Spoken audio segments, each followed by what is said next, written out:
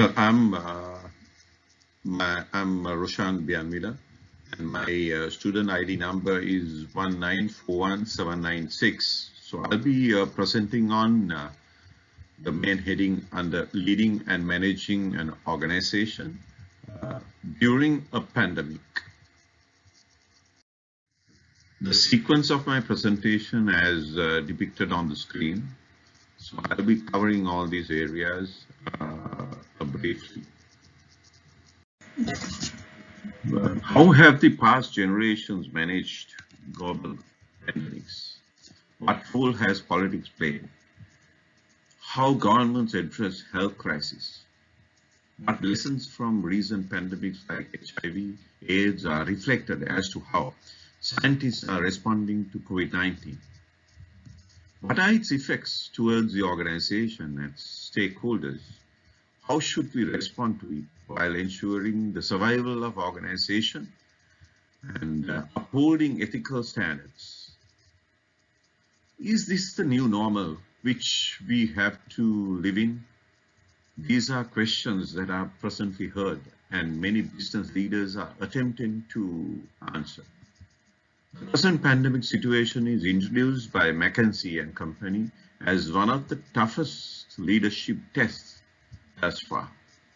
Organizations, including managers and employees, are searching and testing numerous strategies to encounter and ensure the survival of the organization during the COVID-19 pandemic, while ensuring the safety of others in the society and themselves. CEOs are expected to cope with sudden shutdown in the global economy. Figuring out how to restart in such an uncertain environment is harder than anyone could imagine. CEOs are expected to show deliberate calm and bounded optimism. Everyone wants them to demonstrate empathy and at the same time be highly engaged and fact-based in their actions. They are expected to make a positive difference in people's lives with their leadership and wield both telescope and microscope skillfully. That is to have both a coherent long-term view and set of effective short-term fixes. Yet, for all their expertise, they are grappling with many new questions for which they don't have answers, even as their teams look to them for directions. The COVID-19 crisis has become once-in-a-century event, and no training or experience in previous downturns has prepared CEOs for it. But let's look at the history of pandemics as the world comes to terms with coronavirus disease 2019, COVID-19.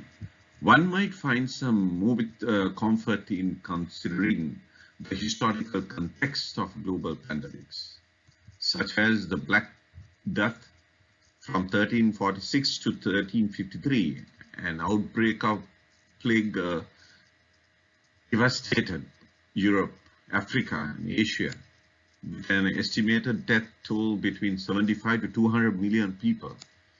It is believed to be originated in Asia.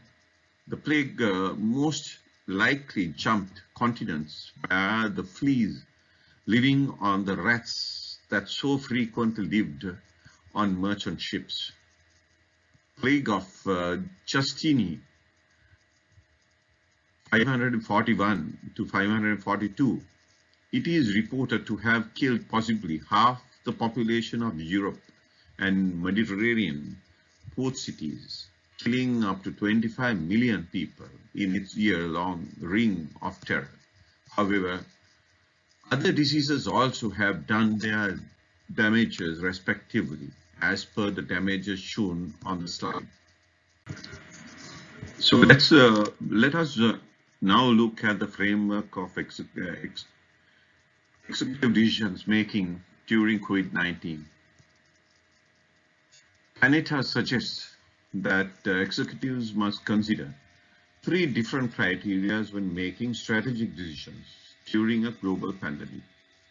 COVID-19 is forcing many executive leaders to make decisions regarding employee and customer safety, business strategy, and other crucial issues at a pace and risk level they have never experienced. These decisions are creating stress for executives as they make difficult trade-off where there is often no win-win scenario. Executives need to factor in three different criteria for decisions. Traditional business value, that is basically to protect the financial health and viability of enterprises. Crisis and disruption, to protect the health and safety of employees, customers, and community. Social and emotional, to protect the emotional health of the community. Conceptually, executives should think of these three sets of criteria as equally important. Expertise, enterprises that do not take care of their financial health will not be around long enough to provide any social benefits to the community. However, enterprises that focus exclusively on financial health risk paying a high branded price later on. Let's look at factor one, traditional business value, to protect the financial health. Academics highlight that the CEO can play a strong central role alongside executive peers in stabilizing the business and positioning it to thrive when traditions improve. CFO is the leader, after all, who most directly contribute to the company's financial health and organizational resilience day to day. CFOs and finance organizations can take across three horizons: immediate safety and survival, near-term stabilization of the business in anticipation of the next normal, and long-term preparation for the company to make bold moves during recovery. Addressing the immediate crisis, finance leaders' top priority has to be optimizing cash reserves as the magnitude and duration of the crisis remain unclear. Launch a cash war room. Most CFOs are already moving quickly to quantify their company's cash on hand, as well as many incremental capital they can access. When working capital is no longer sufficient, CFOs should consider tapping lines of credit and other options while reviewing opportunities to raise capital, such as through joint ventures. Develop scenarios. The CFO should develop a point of view about 2 or 3 integrated scenarios that encompass multiple eventualities. For instance, which path might the pandemic take, and which geographies or industries are poised for faster recovery than the others. The CFO should also articulate clear threshold or trigger points that suggest what financial actions the company will take and when. Institute a communication plan.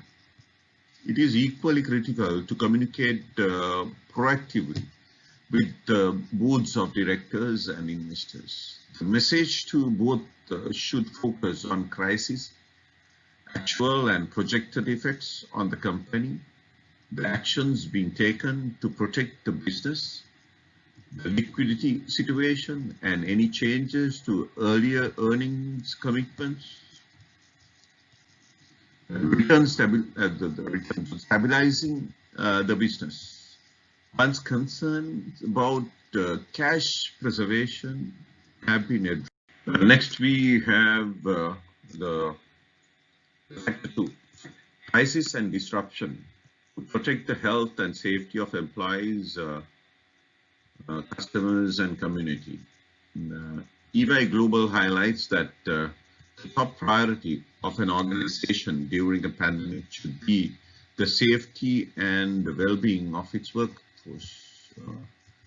Employees are unable to focus on work responsibilities when their well-being and that of their family are in peril.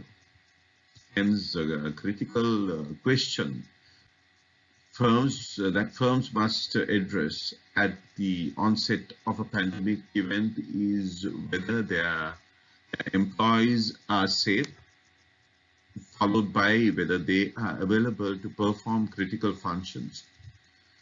It is important for companies to be able to monitor the situation, provide a safe workplace, and offer their employees the support that they need. Example of employee support may include providing access to internal and external resources and services. Example, extended child and elder care, transport for late hours, and recognition of employees who take on work for other areas, communicating timely updates to raise awareness, and establishing employee standard of care services where possible to provide support to sick personnel or those that are caring for sick household members. To limit physical contact as much as possible during this COVID-19 outbreak and ensure business community. How now is a good time to encourage customers. Then moving on to factor three, social and emotional. To protect the emotional health of the community and deliver on the enterprise value system in a manner that reflects current societal priorities. The COVID-19 pandemic has affected communities and families and organizations around the world.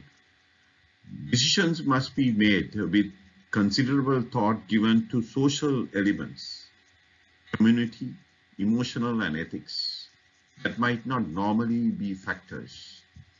Organizations have a societal dependency and an obligation to consider that they can do for communities in which they exist and how to assist those communities in a way that benefits everyone.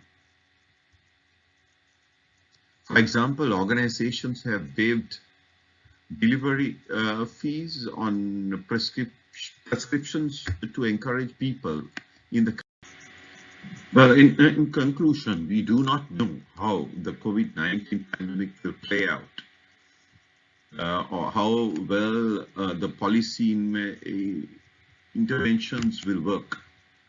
However, it is important that organizations work in a cohesive manner with proper strategies in order to survive within this pandemic.